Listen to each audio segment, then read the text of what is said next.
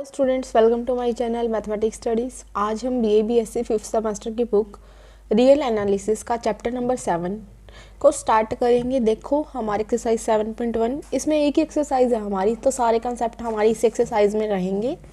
तो देखो हमारा चैप्टर का क्या नाम है, continuous and uniform continuous in matric space. क्या है, continuity and uniform continuity in matric space. Matric space तो हमने पढ़ लिया है फोर्थ चैप्टर, तो हमें बताने की कंटिन्यूटी और यूनिफॉर्म कंटिन्यूटी मैट्रिक स्पेस के अंदर इस चैप्टर में हम वही पढ़ेंगे। तो एक बार मैं जो हमारा कंटिन्यूस फंक्शन का कंसेप्ट होता था ना, एक बार मैं वो बता देती थी कि हमारा क्या होता था। एडवांस कैलकुलस के अंदर हमने थोड़ा पढ़ा है कंटिन्यूस फंक्शन के बारे में, ठीक है। तो हम वो एक बार वो वाला सारा कंसेप्ट रिवाइज कर लेते हैं कि मोटा मोटा क्या था उसमें, हमारा ब्रीफ क्या निकल के आया था। देन हम आगे हमारा फर्दर डिस्कस करेंगे मैट्रिक स्पेस के अंदर। अभी मैं नॉर्मल बताती हूँ कि हमारा कंटिन्यूस फंक्शन वहाँ पे क्या होता था, ठीक है। हमारा वहाँ पे कंटिन्यूस फंक्शन क्या होता था कि अगर हम यहाँ पे मान लो कोई ए वैल्यू ले रहे हैं, तो इसके लिए हमें यहाँ कोई एफ ए वैल्यू मिल जाती थी, राइट। हमें यहाँ पे कोई ए वैल्यू ली, यहाँ पे इसके लिए हमें एफ ए वैल्यू मिल गई। अगर हम यहाँ पे कोई इंटरवल इसका इस तरीके से ले रहे हैं ए प्लस डेल टाइप का, और हमें यहाँ पे क्या मिल गया, F A plus epsilon type की वैल्यू, इस वैल्यू के लिए हमारी एग्जिस्ट कर गई। अगर मेरा ए माइनस डेल टाइप का है इधर, तो यहाँ मुझे F a minus epsilon type की वैल्यू मिल गई। अगर मुझे ऐसे हर एक वैल्यू के लिए यहाँ पे कोई वैल्यू एग्जिस्ट करी, अगर मेरी इन हर एक वैल्यू के लिए यहाँ कोई वैल्यू एग्जिस्ट कर जाती थी, तो जो हमारा फंक्शन है वो क्या हो जाता था, कंटिन्यूस फंक्शन हो जाता था।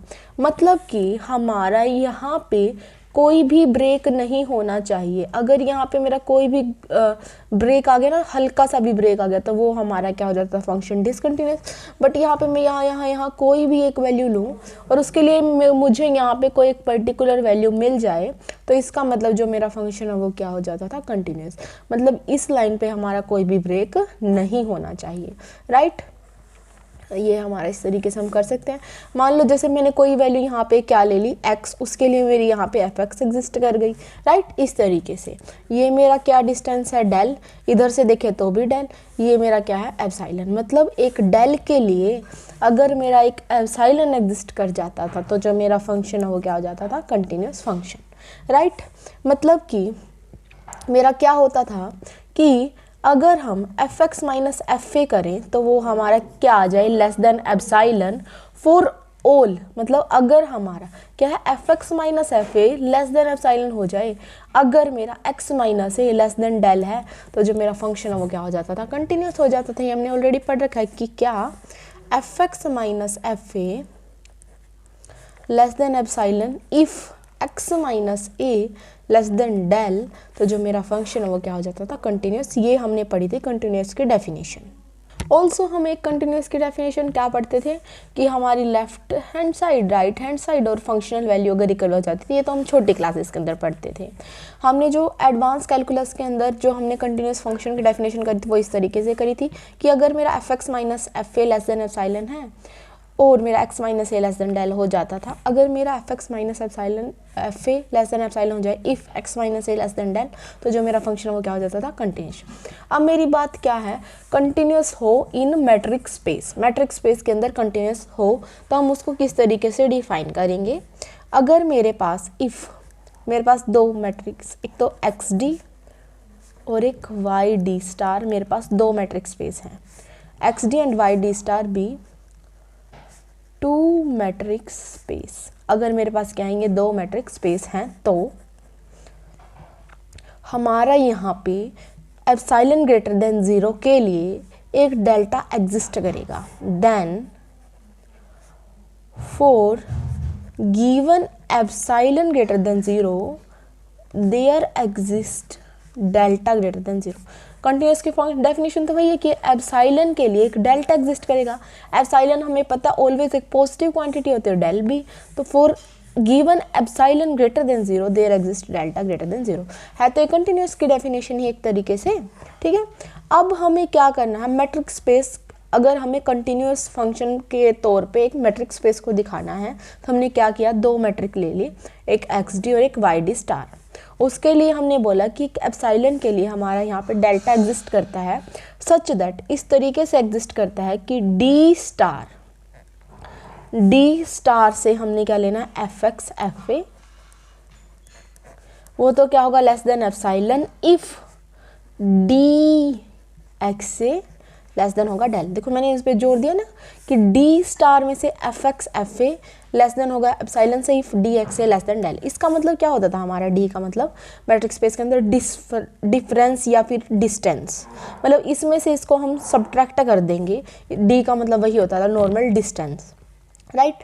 मैट्रिक्स स्पेस में हम वही बोलते थे कि वहाँ पे क्या है, इन दोनों का डिस्टेंस, इन दोनों का डिफरेंस। मतलब मेरा इसका क्या है कि f x minus f a less than epsilon if x minus a less than del. बात तो हमारी यही है, लेकिन अगर हमें मैट्रिक्स स्पेस के तरीके से लिखना है तो हम क्या लिखेंगे, d star f x f a less than epsilon if d x a less than del, right. अगर हमें मैट्रिक्स स्पेस के तरीके से लिखना है, डेफिनेशन तो हमारी वही है जो हमने पहले पढ़ रखी है, but according to matrix space हमने क्या किया, इसको इस तरीके से लिख दिया, राइट। डेफिनेशन हमारी वही है कि f x minus f a less than epsilon if x minus a less than del, d star f x f a less than epsilon if d x a less than del. Okay, also हम इसको किस तरीके से लिख सकते हैं, जैसा कि हमने 5th चैप्टर में देख रखा है। 5th चैप्टर में हमारा क्या था, एक ओपन स्फीयर। एक बार मैं उसकी डिटेल ब्रीफ दे देती, क्या था हमारा उसके अंदर, ओपन स्फीयर के अंदर हमारा यूँ होता था कि एक सर्कल लगा लो, आप एक स्फीयर लगा लो, ये ठीक है, इसका सेंटर होता था ए, रेडियस होती थी आर, यहाँ पे कोई भी पॉइंट है एक्स, हमारा जो एक्स माइनस ए वो लेस देन होता था आर, ठीक है। एक्स माइनस ए, देखो इन दोनों का डिफरेंस, ये एक्स सर्कल के अंदर कहीं भी हो, ये एक्स हमेशा उसका डिफरेंस रेडियस से तो छोटा ही होगा, राइट। ये तो हमारा होता ही है ना कि अगर हम इसके रेडियस के अलावा अगर यहाँ पे पॉइंट ले, यहाँ ले, कहीं पे भी लें तो वो तो हमारा छोटा ही होगा ना आर से, तो मतलब एक्स माइनस ए, एक्स और ए का डिफरेंस ऑलवेज लेस देन होगा आर से, राइट। तो इसका मतलब क्या हो जाता था कि जो मेरा एक्स है ना वो इस स्फीयर के अंदर ही बिलोंग कर रहा है, एस आर ए स्फीयर के अंदर ही बिलोंग कर रहा है। देखो क्योंकि देखो एक्स माइनस ए का डिफरेंस आर से लेस है, तब मेरा जो एक्स है वो स्फीयर के अंदर बिलोंग कर रहा है। लेकिन मान लो मेरा एक्स आउट ऑफ स्फीयर है तो मेरा x minus a difference greater than r हो जाएगा, राइट। उन दोनों का डिफरेंस ग्रेटर देन आर हो जाएगा और तब जो मेरा एक्स है ना वो स्फीयर के अंदर बिलोंग नहीं करेगा, राइट। अगर मेरा x minus a less than r है ना तब मेरा जो एक्स है ना वो स्फीयर के अंदर बिलोंग करेगा एस आर ए टाइप के स्फीयर में, ठीक है। एक हमारी इस तरीके से ओपन स्फीयर की डेफिनेशन होती थी। सिमिलर अगर मैं यहाँ पे बस जैसे मेरा x minus a less than r होता था ना, यहाँ पे क्या है f x minus f a less than epsilon, तो अगर मैं उस तरीके से लिखूँ तो जो मेरा एफ एक्स है ना वो बिलोंग कर जाएगा एस एप्सिलॉन एफ ए में। देखो उसमें क्या था x minus a less than r, तो एक्स बिलोंग कर जाता था एस आर ए में।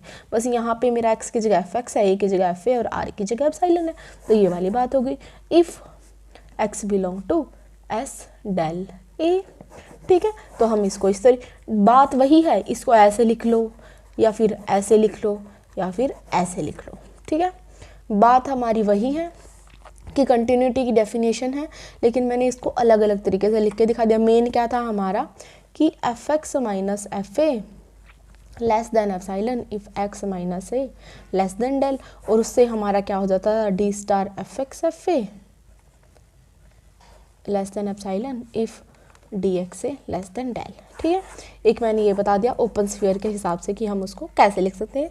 ओके, अब हम करते हैं कुछ थ्योरम्स। मोस्ट इंपॉर्टेंट थ्योरम इसकी स्टार्टिंग वाली 3rd 4th 5th 6th, एक तो पक्की आ जाएगी आपके पेपर में इन थ्योरम्स में से, और बिल्कुल ही ईजी थ्योरम्स है सारी की सारी। हाँ जी, तो देखिए हमारी जो फर्स्ट थ्योरम है वो क्या है हमारी, if f and g are continuous real valued function. हमारे क्या है एफ और जी हमें कंटिन्यूस रियल वैल्यूड फंक्शन दे रखे हैं जो कि डिफाइन किए गए हैं on a matrix space x d. F और जी हमारे रियल वैल्यूड फंक्शन है और मैट्रिक्स स्पेस एक्स डी पे क्या किए गए हैं, डिफाइन किए गए हैं। Then f plus g and alpha f are also continuous function.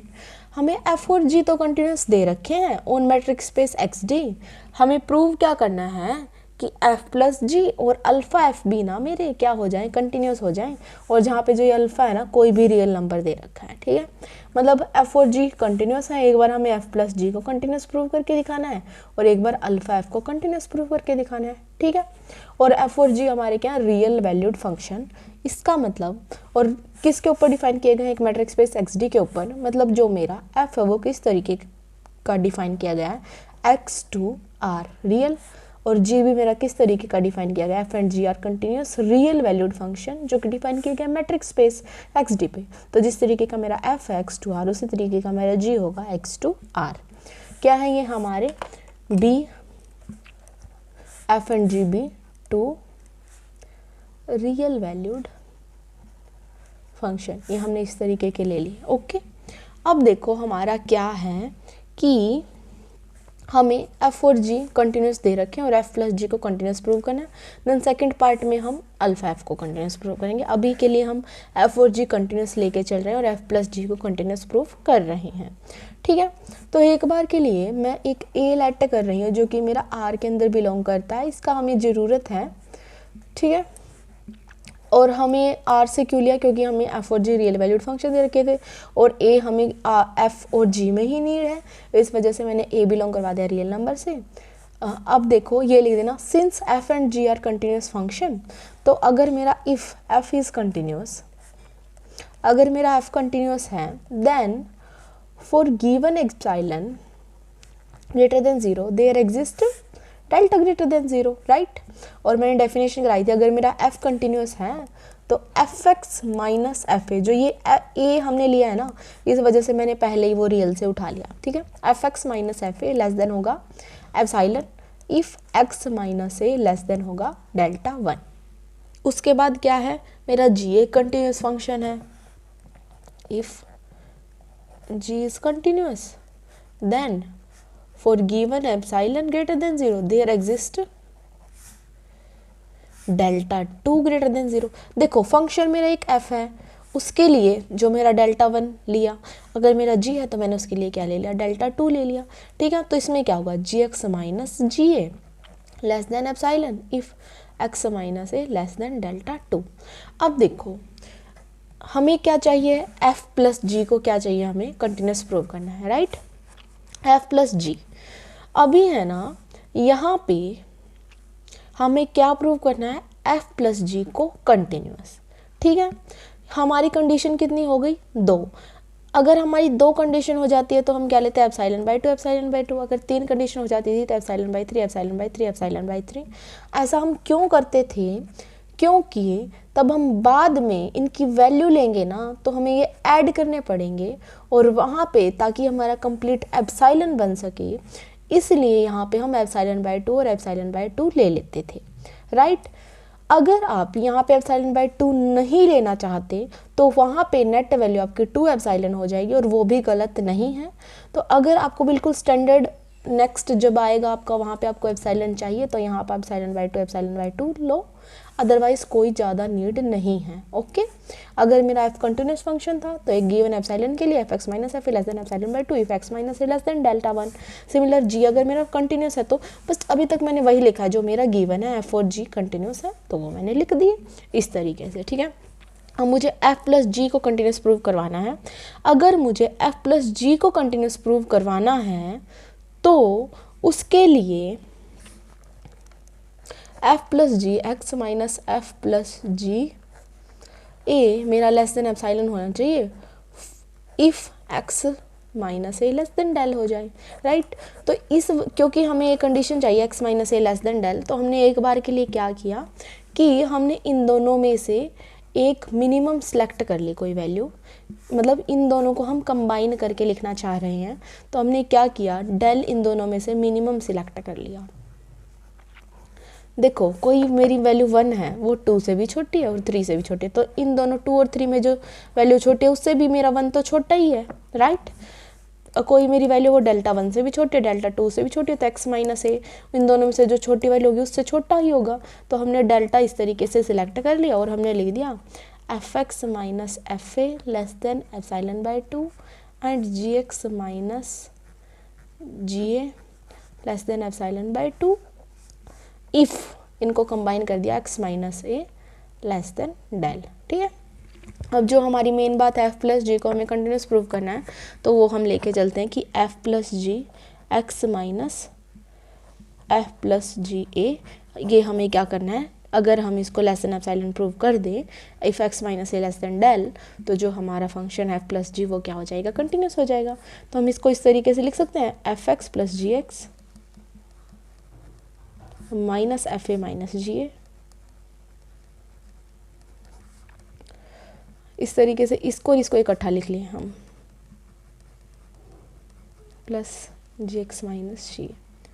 According to the property of mod, अगर हम x प्लस वाई है और उसको इस तरीके से ओपन करें तो वो हमारा लेस देन इक्वल होता है mode of x plus mode of y। तो अगर हम इसको लिखेंगे तो ये हमारा हो जाएगा less than equal to f of x minus f of a plus g of x minus g of a. ये वैल्यू हमारी क्या है, epsilon less than epsilon by 2, और ये भी मेरी क्या है, लेस देन एप्सिलॉन बाय 2। देखो मैं यहाँ कह रही थी अगर आप यहाँ पे एप्सिलॉन एप्सिलॉन लेते तो यहाँ क्या हो जाता था 2 एप्सिलॉन। अगर हमने यहाँ पे एप्सिलॉन बाय 2 और एप्सिलॉन बाय लिया है तो अब इनको ऐड करेंगे तो क्या आ जाएगा, एप्सिलॉन नहीं आ जाएगा। ठीक है, तो मेरा F plus g x minus f plus g ए क्या हो जाएगा, less than epsilon if x minus a less then हो गया डेल। ठीक है, तो इसका मतलब मेरा जो एफ प्लस जी है वो क्या हो गया, कंटिन्यूस फंक्शन। अगर यहाँ पे एप्सिलॉन एप्सिलॉन लेते तो यहाँ 2 एप्सिलॉन आ जाता, वो भी ठीक होता आपका, ओके, वो भी गलत नहीं होता। ठीक है, अब तो जो हमारा एफ प्लस जी है वो हमें क्या प्रूव करना था, कंटिन्यूस, तो वो प्रूव हो गया। बिल्कुल इजी थ्योरम थी। क्या है, अब तक इतना बता देती हूँ, फिर अल्फा एफ वाला अलग से बताऊंगी। एफ और जी मेरा कंटिन्यूस दे रखा था और एफ प्लस जी को कंटिन्यूस प्रूव करना था। एफ मेरा कंटिन्यूस दे रखा था तो f x minus f a less than epsilon by 2 if x minus a less than delta 1, और जी मेरा कंटिन्यूस दे रखा था g x minus g a less than epsilon by 2 if x minus a less than delta 2। Then हमने इन दोनों में से एक मिनिमम सिलेक्ट कर दिया और हमारा इस तरीके से आ गया।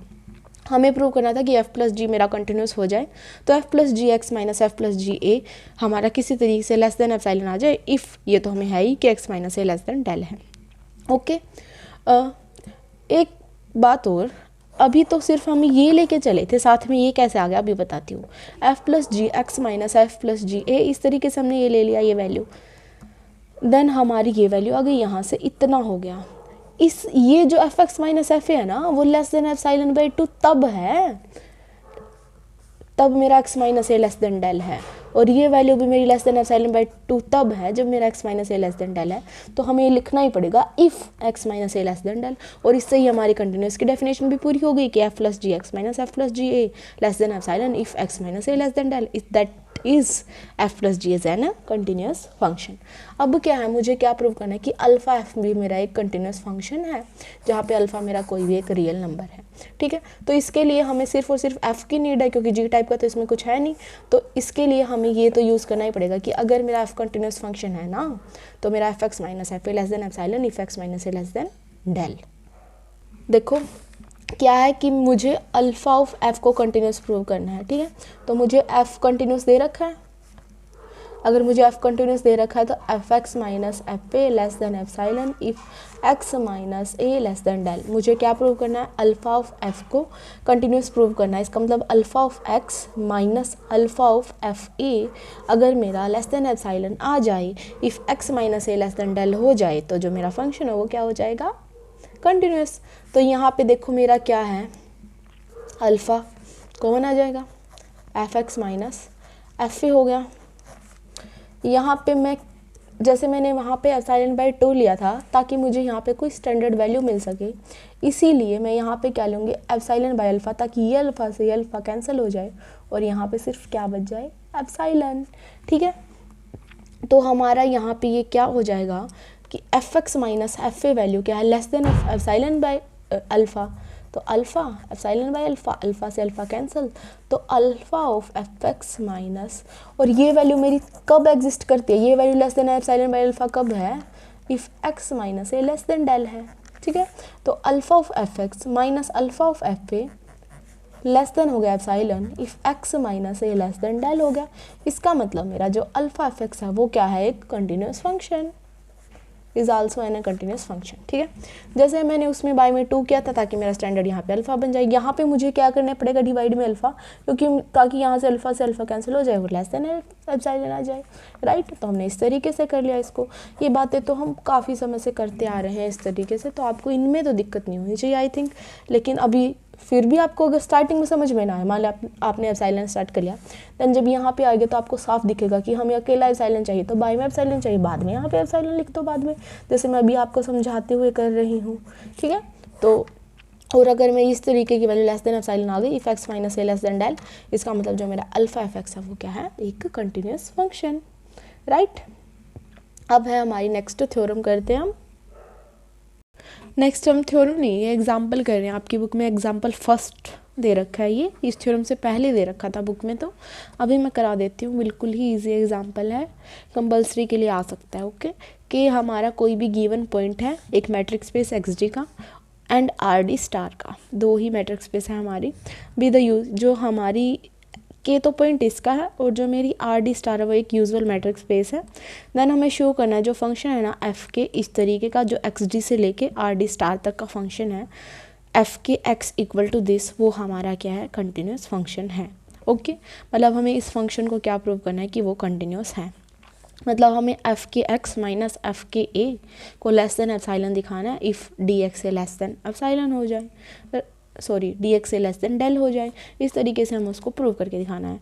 तो हमें एफ के एक्स माइनस एफ के ए लेंगे तो हमें एक ए की नीड होगी, तो हम सबसे पहले क्या ले लेंगे कि हमारा जो ए है ना वो कहाँ से बिलोंग करता है, एक मैट्रिक स्पेस इससे बिलोंग करता है। तो हमने क्या कर लिया कि जो लेट ए मेरा बिलोंग कर रहा है एक्स से, यहाँ पे then for given epsilon greater than 0 there exist delta greater than 0।